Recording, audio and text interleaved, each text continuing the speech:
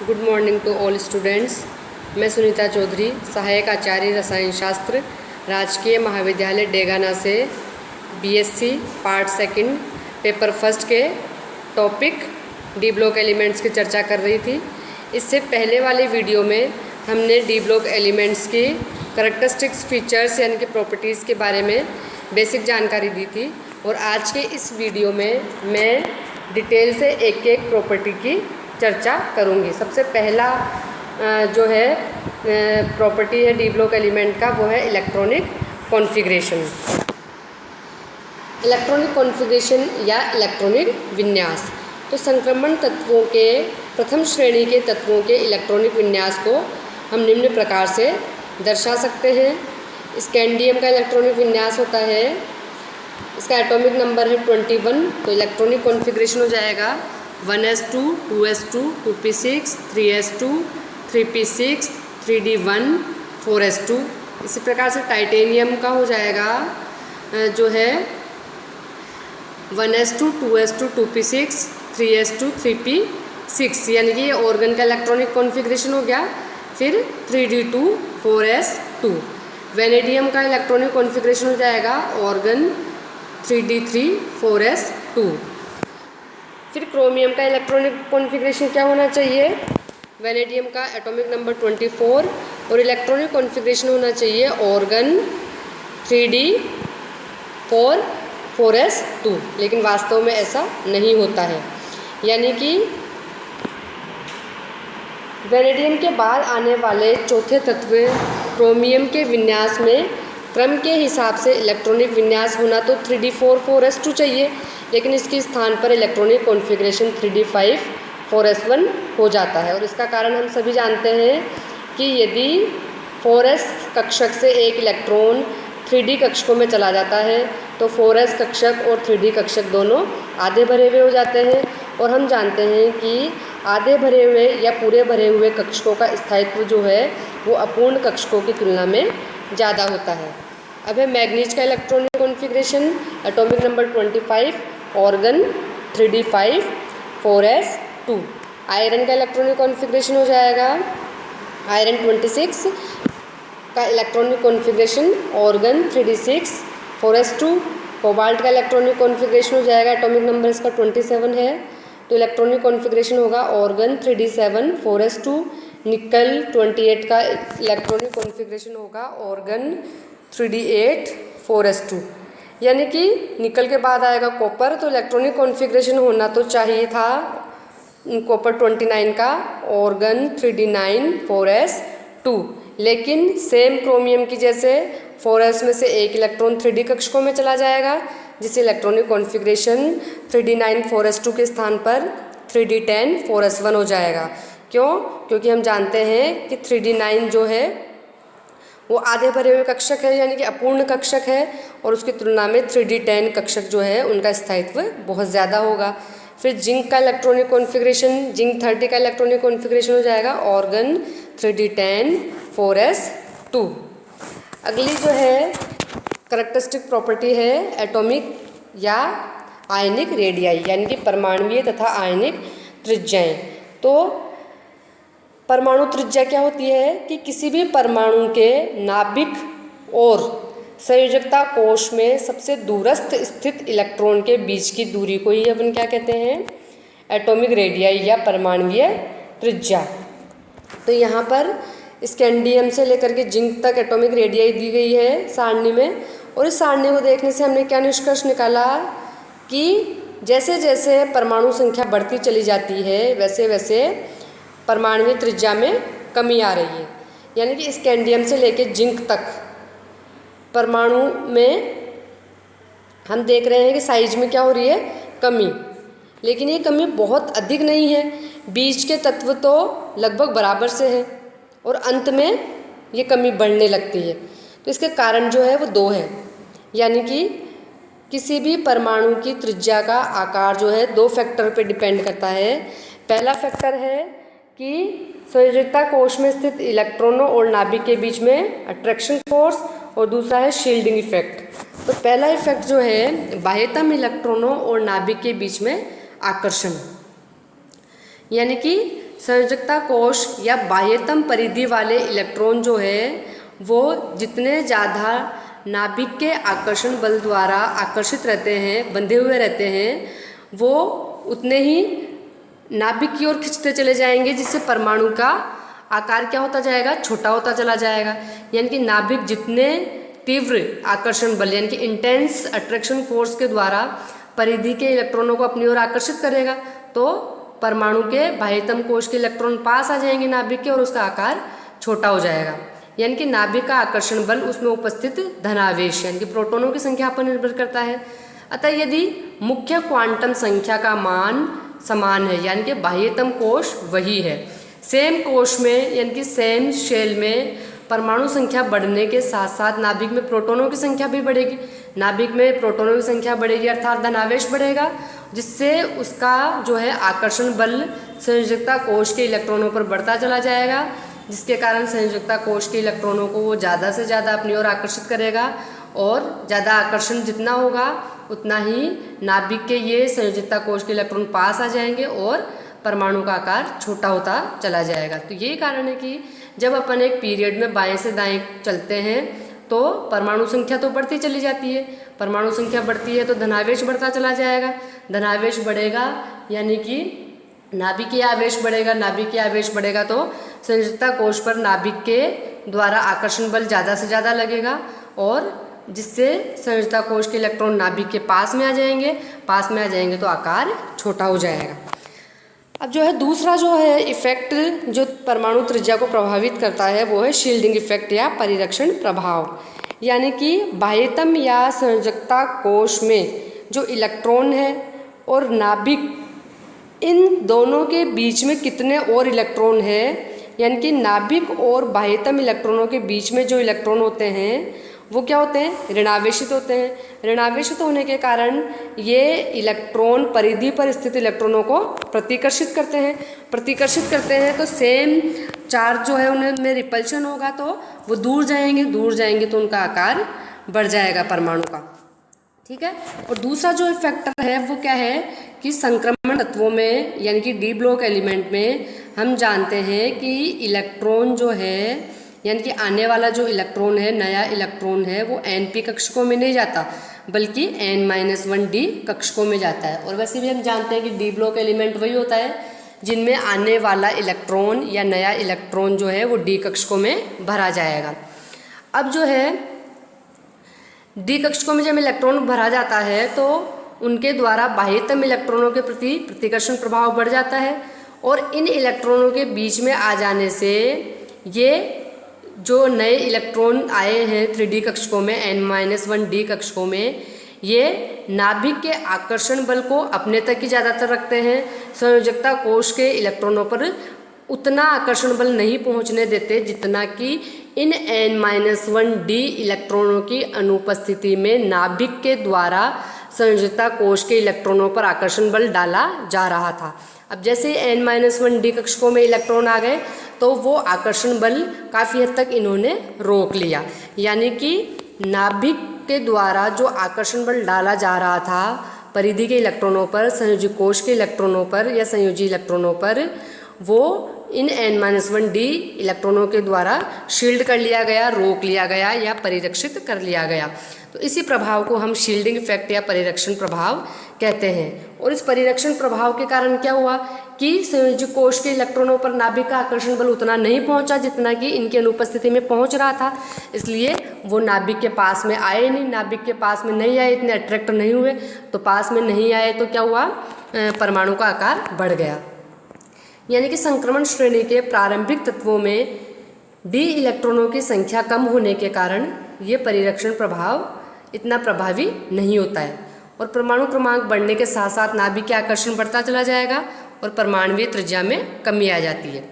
फिर संक्रमण श्रेणी के अंतिम तत्वों में डी इलेक्ट्रॉनों की संख्या ज़्यादा हो जाती है तो क्या होता है कि नाभिक के आकर्षण की तुलना में ये परिरक्षण प्रभाव प्रभावी हो जाता है, जिसके कारण क्या होता है कि संयोजी कोश के इलेक्ट्रॉनों तक नाभिक का आकर्षण बल उतना प्रभावी नहीं रह पाता है, तो क्या होता है परमाणुवीय त्रिज्या में वृद्धि हो जाती है और बीच के तत्वों में ये दोनों प्रभाव जो है ये एक दूसरे को प्रतिसंतुलित कर देते हैं और परमाणुवीय त्रिज्या लगभग स्थिर बनी रहती है। ठीक है, अब है आयोनिक त्रिज्या क्या होती है। तो कोई भी जो आयन है उसमें नाभिक और बाह्यतम कोश में स्थित इलेक्ट्रॉन के बीच की दूरी को अपन आयोनिक रेडियाई कहते हैं।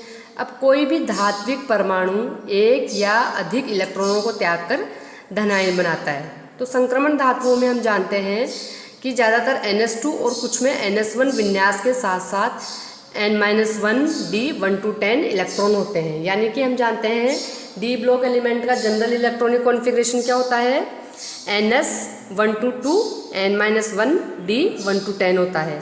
अतः अधिकांश धातुओं की +2 ऑक्सीडेशन स्टेट के साथ साथ +3 +4 आदि कुछ ऑक्सीडेशन स्टेट्स भी पाई जाती है। और हम जानते हैं कि जब किसी भी परमाणु में एक या अधिक इलेक्ट्रॉन के बाहर निकलने से धनायन बनता है तो जो है नाभिक पर प्रोटॉनों की संख्या तो सेम बनी रहती है और इलेक्ट्रॉनों की संख्या क्या हो गई, कम। यानी कि पर इलेक्ट्रॉन जो है अब नाभिक का जो आकर्षण बल है वो परमाणु की तुलना में ज़्यादा हो गया। इस कारण क्या होता है कि नाभिकीय आवेश के पर इलेक्ट्रॉन बढ़ जाने के कारण धनायन का आकार जो है वो परमाणु की तुलना में कम हो जाता है। ओके, अब देखो हमने क्या देखा कि जिस प्रकार से संक्रमण तत्वों में परमाणुओं में त्रिज्याओं में चेंज आ रहे थे, ठीक उसी प्रकार से आयनिक त्रिज्याओं में भी वही के वही परिवर्तन है। यानी कि स्कैंडियम, टाइटेनियम, इनमें हम देखते हैं कि परिरक्षण प्रभाव कम प्रभावी है, परिरक्षण प्रभाव कम प्रभावी है और नाभिकीय आकर्षण बल ज़्यादा प्रभावी है। तो आकार छोटा, फिर बीच में स्थिर और बाद में आकार इनका बढ़ गया। अब है आयनन विभव। अगली जो है कैरेक्टरिस्टिक प्रॉपर्टीज़ है वो है आयनाइजेशन पोटेंशियल, यानी कि डी ब्लॉक एलिमेंट का आयनन विभव। तो सबसे पहले हम देखते हैं कि आयनन विभव क्या होता है। तो किसी भी तत्व की जो आयनीकरण ऊर्जा है या आयनन विभव है वो ऊर्जा होती है जो किसी भी तत्व के लिए एक विलगित गैसीय परमाणु के बाह्यतम इलेक्ट्रॉन को नाभिक के आकर्षण बल से या नाभिक के आकर्षण के प्रभाव से अनंत दूरी तक ले जाने के लिए जो ऊर्जा चाहिए होती है। यानी कि हम कह सकते हैं कि किसी भी विलगित गैसीय परमाणु को अगर हम एक सिस्टम माने तो उस सिस्टम में से जो संयोजी कोश का इलेक्ट्रॉन है जो नाभिक से दूरस्थ स्थिति पर स्थित है, यदि उस इलेक्ट्रॉन को नाभिकीय आकर्षण के प्रभाव से बिल्कुल शून्य कर दिया जाए यानी कि अनंत दूरी तक ले जाया जाए तो उस ऊर्जा को हम आयनाइजेशन पोटेंशियल कहते हैं। तो देखो कोई भी इलेक्ट्रॉन नाभिक के साथ जितने प्रबल आकर्षण बल से बंधा हुआ होगा उसको उस आकर्षण बल से दूर करने के लिए अनंत दूरी तक ले जाने के लिए उतनी ज़्यादा एनर्जी देनी पड़ेगी, मतलब आयनाइजेशन पोटेंशियल का मान ज़्यादा हो जाएगा। तो जैसे हम जानते हैं कि एक आवर्त में जैसे जैसे हम बाएं से दाएं चलते हैं वैसे वैसे तत्वों के आकार में कमी होती जा रही है। जनरली ट्रेंड देख रहे हैं कि आकार में कमी हो रही है। आकार में कमी होने का मतलब कि इलेक्ट्रॉन नाभिक के पास में आ रहा है, यानी कि इलेक्ट्रॉन और नाभिक के बीच में आकर्षण बल ज़्यादा है। तो उस आकर्षण बल को तोड़ने के लिए जो एनर्जी देनी पड़ेगी वो ज़्यादा देनी पड़ेगी, यानी कि आयनाइजेशन एनर्जी के मान ज़्यादा हो जाएंगे। ठीक है, दूसरी बात जो यहाँ ध्यान में रखने की है वो क्या है कि NS कक्षकों की तुलना में हमेशा N-1 D कक्षकों की ऊर्जा का मान ज़्यादा है। आप वो प्रिंसिपल यानी कि N+L रूल से हम जानते हैं। इसीलिए तो जो है NS कक्षकों की तुलना में N-1 D कक्षकों में इलेक्ट्रॉन बाद में भरे जाते हैं, क्योंकि हम जानते हैं कि जिन कक्षकों की ऊर्जा कम होती है उनमें इलेक्ट्रॉन पहले भरे जाते हैं। ठीक है, अब देखो क्या होगा, लेकिन जब आयोनाइजेशन की बात आती है तो हम जानते हैं कि सबसे बाह्यतम कोश में स्थित जो इलेक्ट्रॉन है जो सबसे ढीला बंधा हुआ है नाभिक के आकर्षण बल से, उस इलेक्ट्रॉन को अनंत दूरी पर ले जाने के लिए आवश्यक ऊर्जा को हम आयनाइजेशन पोटेंशियल कहते हैं। यानी कि निकलने के लिए तो NS वाले इलेक्ट्रॉन निकलेंगे और भरने में जो है वो NS वाले इलेक्ट्रॉन ही भरे जाएंगे, N-1 D में बाद में भरे जाएंगे। ठीक है, तो यानी कि इलेक्ट्रॉन जो है NS कक्षकों में निकलेंगे और उसके बाद सिचुएशन के अकॉर्डिंग भाई 2 इलेक्ट्रॉन निकालने हैं, 3 निकालने हैं, 4 निकालने हैं, वो D कक्षकों में से निकलेंगे। ठीक है, यानी कि D ब्लॉक तत्वों के आयनाइजेशन पोटेंशियल के मान क्या होते हैं, सफिशिएंटली हाई होते हैं और बाएं से दाएं बढ़ने पर इनके मान बढ़ते चले जाते हैं, क्योंकि जो है परमाणु त्रिज्या का मान घटता चला जाता है बाएं से दाएं बढ़ने के कारण जनरली। अब देखो संक्रमण तत्वों के प्रथम आयनन विभव के मान जो है वो S ब्लॉक के कैल्शियम और P ब्लॉक के गैलियम दोनों ही तत्वों से क्या होते हैं, ज़्यादा होते हैं। और इस कैंडियम से जिंक तक जाने पर आयनाइजेशन पोटेंशियल के मान क्या है, बढ़ते चले जाते हैं। लेकिन इनके मानों में कोई विशेष डिफरेंस तो आता नहीं है, क्योंकि हम जानते हैं कि परमाणु संख्या के बढ़ने के साथ साथ नाभिकीय आवेश बढ़ ही रहा है, जिसकी वजह से आयनाइजेशन विभव के मानों में वृद्धि होती जा रही है। ठीक है, लेकिन साथ में भीतर के जो 3D इलेक्ट्रॉनों के द्वारा शील्डिंग इफेक्ट डाला जा रहा है, उसके कारण नाभिकीय आवेश वृद्धि का प्रभाव नष्ट हो जाता है, यानी कि इनके मानों में कोई विशेष अंतर नहीं होता। जैसा कि हमने पहले एटॉमिक और आयनिक रेडियाई में चर्चा की थी कि एटॉमिक और आयनिक रेडियाई को जिस प्रकार से 2 फैक्टर कंट्रोल करते हैं, यानी कि एक तो न्यूक्लियर अट्रैक्शन फोर्स और दूसरा शील्डिंग इफेक्ट, तो दोनों ये जो प्रभाव है, ये प्रभाव जो है आपके आयनाइजेशन पोटेंशियल के मान को भी प्रभावित करेंगे। ठीक है, यानी कि जैसे जैसे परमाणु त्रिज्या का मान घटेगा वैसे वैसे आयनाइजेशन पोटेंशियल का मान बढ़ेगा, यानी कि आयनाइजेशन पोटेंशियल और एटॉमिक रेडियाई जो है इनमें रेसिप्रोकल रिलेशन है, यानी कि व्युत्क्रमानुपाती का संबंध है। अगर एटॉमिक रेडियाई का मान कम है तो आयनाइजेशन पोटेंशियल ज़्यादा होगा, एटॉमिक रेडियाई का मान ज़्यादा है तो आयनाइजेशन पोटेंशियल का मान कम होगा। इसी प्रकार जो सेकंड आयनाइजेशन पोटेंशियल का मान है, यानी कि सेकंड आयनाइजेशन पोटेंशियल का मतलब क्या है कि एक धनावेशित आयन से एक इलेक्ट्रॉन को, जो कि नाभिक से सबसे ज़्यादा दूरी पर स्थित इलेक्ट्रॉन है, इसको अनंत दूरी के तक ले जाने के लिए आवश्यक ऊर्जा को हम जो है इसकी सेकंड आयनाइजेशन एनर्जी कहते हैं। और इसका मान भी स्कैंडियम से जिंक तक बढ़ता चला जाता है। लेकिन इसके कुछ एक्सेप्शनल केसेस है, वो है, पहला है क्रोमियम के सेकंड आयनाइजेशन पोटेंशियल का मान वैनेडियम और मैग्नीज दोनों से ज़्यादा है। और रीजन हम जानते हैं कि क्रोमियम में दूसरा जो इलेक्ट्रॉन है वो 3D कक्षकों से निकलेगा, क्योंकि 3D 5 इलेक्ट्रॉनिक कॉन्फ़िगरेशन होता है और 4s1, तो एक इलेक्ट्रॉन तो 4s से निकाल लिया। दूसरा इलेक्ट्रॉन निकालने के लिए आपको अर्धपूर्ण विन्यास को छेड़ना पड़ेगा, जो इसको रजिस्ट करेगा, यानी कि इसका विरोध करेगा, इसलिए इसके आपको बहुत ज़्यादा एनर्जी देनी पड़ेगी। एनर्जी ज़्यादा देनी पड़ेगी तो सेकंड आयनाइजेशन पोटेंशियल के मान क्रोमियम में ज़्यादा हो जाएंगे। एंड सेम कॉपर के सेकंड आयनाइजेशन पोटेंशियल का मान भी निकल और जिंक दोनों से ज़्यादा हो जाएगा। और कारण हम जानते हैं कि पहला इलेक्ट्रॉन तो जो है 4s1 कक्षकों से निकलता है, जबकि दूसरा इलेक्ट्रॉन जो है 3d10 यानी कि 3D कक्षकों से निकलेगा, जो कि पूरा भरा हुआ जो है इलेक्ट्रॉनिक कॉन्फ़िगरेशन में पूरे भरे हुए कक्षक है, जो काफ़ी स्थायी है। और इसको छेड़ेंगे हम तो ये है बहुत ज़्यादा एनर्जी देनी पड़ेगी और सेकंड आयनाइजेशन पोटेंशियल का मान बहुत ज़्यादा हो जाएगा। ठीक है, तो यही कारण है कि क्रोमियम और कॉपर के सेकंड आयनाइजेशन पोटेंशियल के मान ज़्यादा होते हैं। अब देखो रिएक्टिविटी, तो किसी भी धातु की जो क्रियाशीलता है यानी कि रिएक्टिविटी उसके आयनाइजेशन पोटेंशियल पर निर्भर करती है। तो किसी भी धातु के आयनाइजेशन पोटेंशियल का मान जितना कम होगा, है ना, जितना आयनाइजेशन पोटेंशियल का मान कम होगा, यानी कि बाह्यतम स्थित इलेक्ट्रॉन को नाभिक के आकर्षण प्रभाव से मुक्त कराने के लिए या अनंत दूरी तक ले जाने के लिए जो एनर्जी चाहिए होती है, अगर वो बहुत कम होगी, यानी कि वो धातु आसानी से इलेक्ट्रॉन त्याग कर सकती है। और जो धातु आसानी से इलेक्ट्रॉन त्याग कर सकती है वो बहुत ज़्यादा इलेक्ट्रोपॉजिटिव, स्ट्रॉन्ग रिड्यूसिंग एजेंट और अत्यधिक रिएक्टिव होगी, यानी कि अत्यंत विद्युतधनी, प्रबल अपचायक और बहुत ज़्यादा क्रियाशील होगी। तो संक्रमण धातुओं का बाह्यतम इलेक्ट्रॉनिक विन्यास NS1 या NS2 होता है, जो कि आपके क्षारीय और क्षारीय मृदा धातुओं की भांति।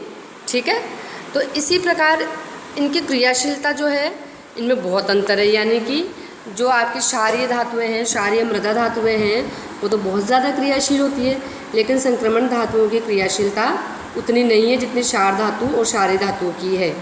ठीक है, क्यों? इसका कारण क्या है कि क्षार धातुएं और क्षारीय मृदा धातुएं अत्यधिक क्रियाशील क्यों होती है? क्योंकि इनके आयनाइजेशन पोटेंशियल के मान बहुत कम होते हैं। और इसका कारण हम जानते हैं कि इसमें जैसे ही क्षारीय धातुओं में NH1 और क्षारीय मृदा धातुओं में NH2 दोनों इन इलेक्ट्रॉनों के निकलते ही, यानी कि क्रमशः क्षारीय धातुओं में से तो 1 इलेक्ट्रॉन निकल जाए, क्षारीय मृदा धातुओं में से 2 इलेक्ट्रॉन निकल जाए, तो इनके भीतर उत्कृष्ट गैस विन्यास प्राप्त होता है, जिससे ये आसानी से 1 या 2 इलेक्ट्रॉनों को त्याग कर देंगे और स्थायी इलेक्ट्रॉनिक कॉन्फ़िगरेशन प्राप्त कर लेंगे। लेकिन संक्रमण धातुओं में ऐसा कुछ तो होता नहीं है कि 1 या फिर 2 इलेक्ट्रॉनों को त्याग कर देने से इनको स्थायी उत्कृष्ट गैस विन्यास प्राप्त हो जाए। और साथ ही साथ इनके आयनाइजेशन पोटेंशियल के मान भी बहुत ज़्यादा होते हैं, इसलिए क्षारीय धातुओं और क्षारीय मृदा धातुओं की तुलना में इनकी रिएक्टिविटी जो है वो बहुत कम होती है। ठीक है, अब देखो, यानी कि संक्रमण धातुओं के आयनन विभव के उच्च मान होने के कारण संक्रमण धातुएं आसानी से इलेक्ट्रॉन त्याग नहीं कर सकती। ठीक है, तो इसी कारण ये क्या होती है, इनकी रिएक्टिविटी जो है एस ब्लॉक एलिमेंट की तुलना में कम होती है, ये उनकी तुलना में कम विद्युत धनी होती है और दुर्बल अपचायक होती है। अब अगले कैरेक्टरिस्टिक फीचर्स के बारे में या कैरेक्टरिस्टिक प्रॉपर्टीज़ की चर्चा अगले वीडियो में करेंगे।